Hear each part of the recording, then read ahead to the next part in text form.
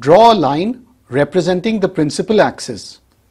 Using a ruler, mark 3 points where C is at 0 centimeter, F is at 3 centimeter and P is at 6 centimeter. You can take any convenient distance. F should be exactly in the middle such that CF equal to FP. C is the center of curvature, F is the focus and P is the pole of the mirror. Now use your compass to draw an arc for the concave mirror. The compass point should be placed at C, the center of curvature, and the radius of the arc will be CP, which is equal to 6 centimeters in this case. Mark the back side of the mirror with these dashes.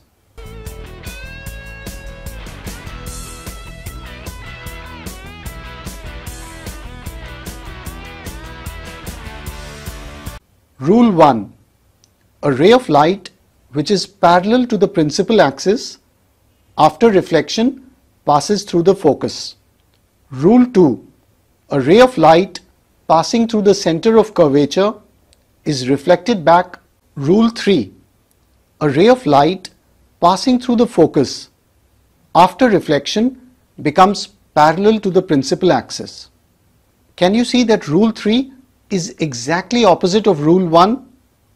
It's due to reversibility of light. Rule 4. A ray of light which is incident at the pole of a concave mirror is reflected back, making the same angle with the principal axis. It looks like a plane mirror type of diagram since the principal axis is like the normal here and the angle of incidence is equal to the angle of reflection.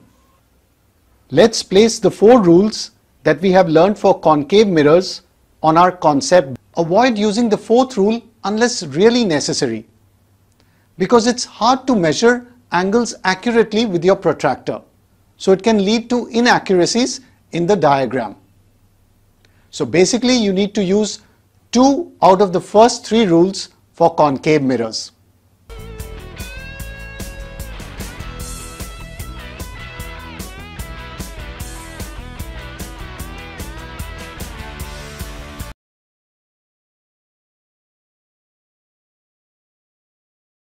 So let's use rule 1. For the ray that is parallel to the principal axis, after reflection, it passes through the focus.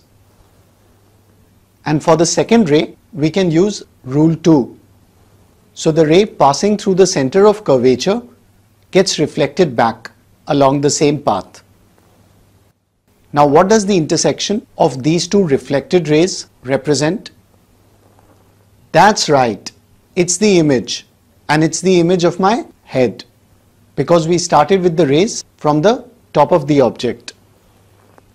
Now where is the feet in my image? You don't need to draw the rays for that. The feet lie on the principal axis. So we can simply extend the image to the principal axis and find the bottom of the image. So as you can see here, using the ray diagram, we have found the position of my image. I'm going to stand at C, the center of curvature, for our case 2. Once again, let's draw the rays from the top of the object. We need to use 2 rules from the first 3 rules. So for our first ray, let's use rule 1. The ray that is parallel to the principal axis after reflection passes through the focus.